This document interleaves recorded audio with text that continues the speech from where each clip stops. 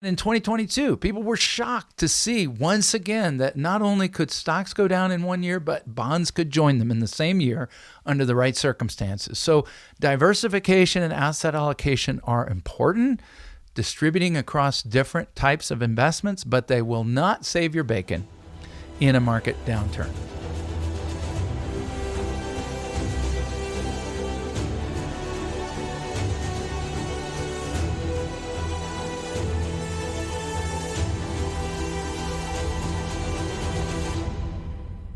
Hey folks, Colin Richards here. I'm president and founder of Lord & Richards, and we're in the third segment of a mini-series on 3 kinds of money, a roadmap for financial independence.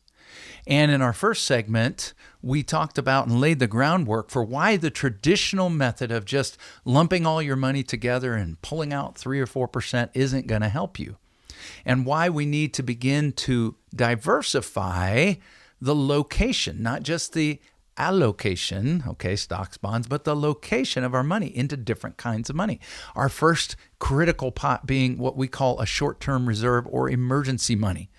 3 to 6 months of expenses that are available, they're liquid, they're safe and protected so that it's always there for you, and we know that the compromise is lower growth, although we can get some great rates right now in our checking and savings, or not checking, but in our savings and money markets. And of course, this money being liquid and safe, but not growing as much, should not be our whole portfolio. Some people do this. They react. They're afraid. They're terrified. I'm going to teach you how to get over that fear through a different approach using 3 kinds of money. But then we're not going to put it all there, but probably 3 to 6 months. And now we're going to extend. If you visualize in your mind, if on the left side is our emergency reserve, we're going to extend to the right and create a new reserve called a growing reserve. Once again, these are not your lifestyle funds. These are not the funds that you're going to depend on. This particular bucket of money is going to be the most important for you to feel financially independent. It's going to require one more. But right now, I'm focusing on your growing reserve. We're going to have another bucket in a minute. It's going to provide the protection.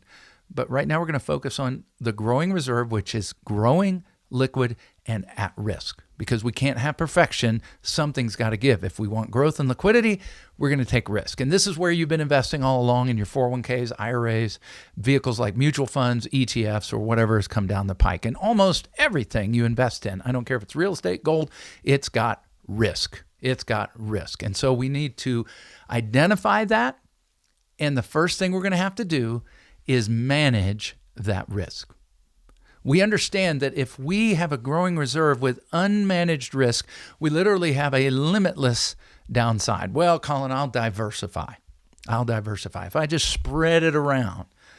Well, here's the thing. A rising tide raises all ships, and a falling tide lowers all ships. We've seen this many times. We've seen it enough that we should learn and grow. There is not necessarily a safe place to hide when the entire market is taking a hit. There is an important question that fiduciaries and investment advisors must answer correctly in order to pass their license exam. And here's the question: is it possible to diversify away market risk? I didn't say company risk. You could eliminate a company from your portfolio, or sector risk. You could choose not to participate in a sector like healthcare or technology. I didn't say that. You could get rid of those individual, more focused risks, but the market as a whole, you cannot diversify away from, because there are times when the whole thing goes down. We saw this in 2008. Broadly, 14 of 16 of the different sectors or asset classes you could invest in were all down. Unlimited risk. And in 2022, people were shocked to see once again that not only could stocks go down in one year, but bonds could join them in the same year under the right circumstances. So diversification and asset allocation are important, distributing across different types of investments, but they will not save your bacon in a market downturn. By the way, if you're thinking, well, I have timed it right. Well, timing it right every time is a fallacy. You're not going to. Nobody is. Okay, that would involve perfection. It means you're going to always have winners and losers. But the problem is, as a retiree, when you get to that stage and in the years building up, you can't afford to be throwing Hail Mary passes, using a football analogy, when you're a few yards from the goal.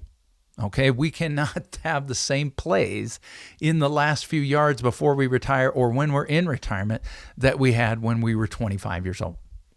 So our growing reserve is going to need to be risk managed. You say, well, how do you do that then, Colin? If diversification doesn't do it, asset allocation doesn't do it, we're going to draw from other organizations that have been doing this a long time. You see, long before pensions stopped and Americans had to start investing on their own, other organizations like foundations, educational institutions, hospitals, large wealth pools, pensions had to figure out what are we going to do to mitigate or manage risk, not get rid of it. We're going to talk about that in a future segment. But for our growing reserve, this middle kind of money, if we want growth and liquidity, we're going to have to take some risk. Well, there are wonderful strategies.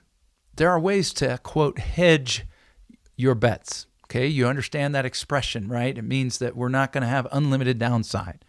We're going to make sure that we take a little bit off the upside and do some really interesting things to help cushion the downside. We talk a lot in our recent economy about, hey, can we have a soft landing? Well, that's what we want. We want portfolios that may still have risk because we've chosen growth and liquidity, but not unlimited risk. We're going to hedge your bets. We're not going to bet the farm. We're going to use advanced tools such as option strategies, buffered ETFs, hedging to help take the edge off the downside, not eliminate it. But you see, most of my clients at this stage in their life, if they're preparing for retirement or they're actually in it, are trying to just make base hits and not have strikeouts. Strikeout means going back to work. It means running out of money before you run out of life. All of those are unacceptable options. Well, at Lord & Richards, we're going to continue this three kinds of money into another kind called the protected in the next segment. But let me just give you a heads up. Protected means selecting money to be both safe and growing on the same dollar at the same time. Now, there's something, and it just involves one compromise, and that's liquidity.